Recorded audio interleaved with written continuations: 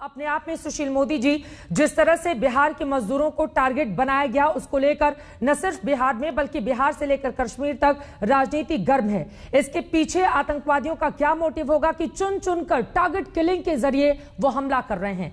क्या समझ में आ रहा है सरकार को?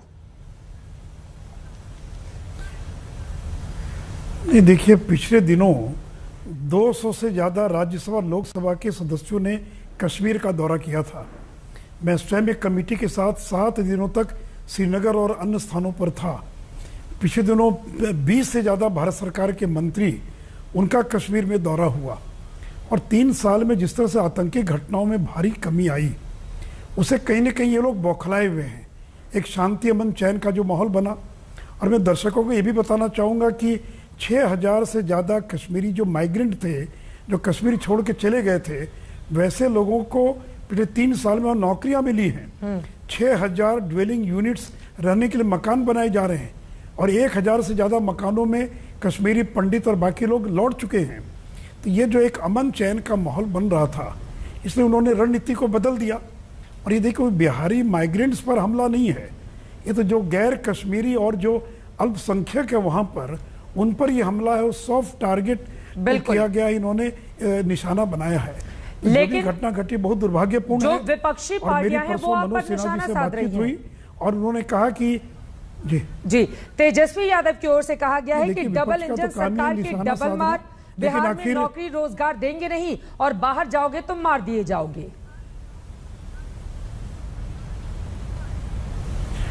मैडम, केरल के लोग क्यों जाते हैं खाड़ी के देशों में? केरल तो बहुत विकसित राज्य है और कम से कम 20 लाख से ज़्यादा केरल के लोग खाड़ी के देशों में काम करते हैं। गुजरात के लाखों लोग यूके में और अमेरिका में और पलाए वहाँ जाकर काम कर रहे हैं। पंजाब तो एक विकसित राज्य है, लाखों लोग पंजाब के कनाडा में और अमेरिका में हैं। तो देखिए, कोई भी व्यक्ति ज़्यादा कमाने के लिए कहीं भी जा सकता है। क्या कोई रोक सकता है? क्या कोई ये दावा कर सकता है क्या कि मैं अपने राज्य के किसी व्यक्ति को बाहर नहीं जाने दूंगा? और जब संचार माध्यम इतने सरल उपलब्ध हो गए हैं तो क्यों नहीं कोई व्यक्ति जाएगा? कोई रोक सकता है क्या? और देखिए, जब से बिहार में हमारी सरकार बनी है, हम लोगों ने पलायन पर काफ़ी हद तक अंकुश लगाया है। लेकिन कोई ज़्यादा कमाने के लिए बाहर जाना चाहे तो कोई सरकार रोक नहीं सकती है। और देखिए, कोई आतंकवादियों ने बिहारियों को टारगेट नहीं किया है। जो वहाँ के माइनॉरिटी हैं, जो माइग्रेंट हैं, वो यूपी का भी हो सकता है, किसी अन्य राज्य का भी हो सकता है। एक यूपी का व्यक्ति भी मारा गया है। इसलिए ये केवल बिहारी माइग्रेंट का सवाल नहीं है, एक भय का माहौल पैदा करना। लेकिन मैं ये कह दूं कि 90 के पूर्व के हालात जो लोग लाना चाहते हैं, 90 वाली स्थिति, वो कश्मीर में नहीं आने देंगे। और हमारी सरकार वचनबद्ध है कि हम कश्मीर की स्थिति को बिगड़ने नहीं देंगे।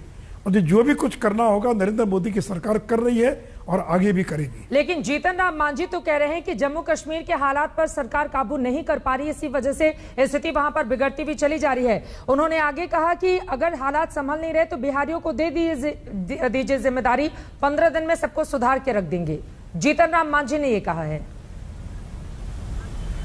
तो मांझी जी को भेज दीजिए वहां पर, पुलगामा के अंदर 10 दिन वहां रह कर आ जाए। देखिए, इस तरह की हल्की बयानबाजी नहीं होनी चाहिए। चाहे वो नेता प्रतिपक्ष हो या एनडीए के घटक दल का कोई नेता, एक संवेदनशील राज्य है, एक संवेदनशील मुद्दा है। पूरी सरकार लगी स्थिति को सामान्य करने में। कोई कश्मीर को संभालना कोई सामान्य बात नहीं है। ये तो नरेंद्र मोदी जैसा व्यक्ति है जो 3 साल से और जिसने वहाँ की स्थिति को सामान्य करने का प्रयास किया है। तो ये हल्की बयानबाजी कि बिहारियों को सौंप दिया जाए या पलायन क्यों हो रहा है, तो ये न तो कोई मुद्दा है और न ये कोई समाधान है। इसलिए नरेंद्र मोदी पर लोगों को भरोसा है और मुझे पूरा विश्वास है कि आगे आने वाले दिनों में जिन भी लोगों की हत्या की गई है वो बचेंगे नहीं। जिन लोगों ने हत्या की वो बचेंगे नहीं और कोई बच कर नहीं जाएगा। लेकिन इससे भी आगे का सवाल है सुशील मोदी जी, जो बिहारी वहां पर चूंकि बड़ी तादाद में वहां पर मजदूरी के लिए पहुंचते हैं, उनकी सुरक्षा को सुनिश्चित किए जाने को लेकर आप लोगों की ओर से क्या किया जा रहा है? मुख्यमंत्री नीतीश कुमार ने उपराज्यपाल मनोज सिन्हा से बातचीत भी की है, क्या आपस में बातचीत हुई है? उनकी सुरक्षा को लेकर क्या कदम आप लोगों की ओर से उठाए जा रहे हैं? नहीं, देखिए, इसका जवाब तो मनोज सिन्हा जी और केंद्र की सरकार देगी। लेकिन एक भय मुक्त माहौल बने वहाँ और देखिए, आतंकवादियों को मार गिराना और आतंकवादी गतिविधियों पर अंकुश लगाना, यही उसका एकमात्र उपाय है, क्योंकि हर व्यक्ति के पास तो आप सुरक्षा प्रदान नहीं कर सकते हैं। तो जो अचानक 3 साल के बाद इधर जो गतिविधियां बढ़ी हैं, उसको कैसे रोका जाए, कैसे अंकुश लगाया जाए, यही उसका एकमात्र उपाय है। और इसमें मैं लोगों से भी अपील करूंगा कि लोग आतंकित और भयभीत होकर कश्मीर छोड़कर बाहर ना आएं, और वहाँ की सरकार पूरी तरह से लगी है कि इस माहौल को कैसे और ठीक किया जाए। जो बिहार के लोग कश्मीर में इस वक्त रह रहे हैं, आप ये कह रहे हैं कि वहां को छोड़कर वो पलायन नहीं करें? जी, मेरी तो यही अपील होगी लोगों से, क्योंकि कोई 2-4-10 लोग तो है नहीं, 50,000 से ज्यादा लोग बिहार के लोग हैं। बिल्कुल। और मैंने आज ही एक अखबार में 4 लाख से ज्यादा उड़ीसा, बंगाल, बिहार, ईस्टर्न यूपी, देश के अन्य राज्यों के लोग हैं जो वहां पर गए हुए हैं। और केवल देखिए, माइग्रेंट लेबर का सवाल नहीं है, जो कश्मीरी पंडित हैं, जो सिख समुदाय के लोग हैं, वो भी बहुत बड़ी संख्या में है। इसलिए पलायन करना छोड़कर ये तो उनकी मंशा को हम सफल होने देंगे।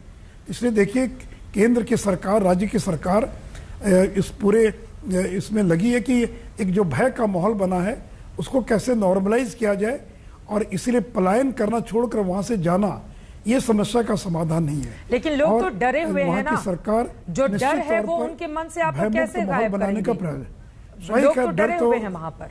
नहीं, डर दूर करने का एक ही तरीका स्वाभाविक है, डरे हुए बहुत स्वाभाविक है।